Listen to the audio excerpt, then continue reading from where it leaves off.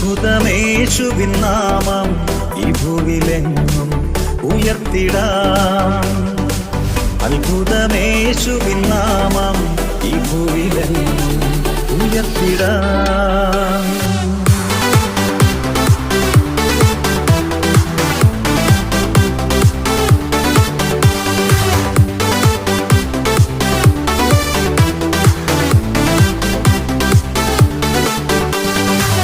എല്ലാരും ഏകമായി കൂടി സന്തോഷമായി ആരാധിക്കാം.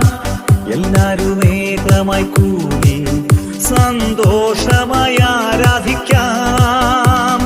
നല്ലവനാം കർത്തനവൻ വല്ലഭനായി വെളിപ്പെടുമേ.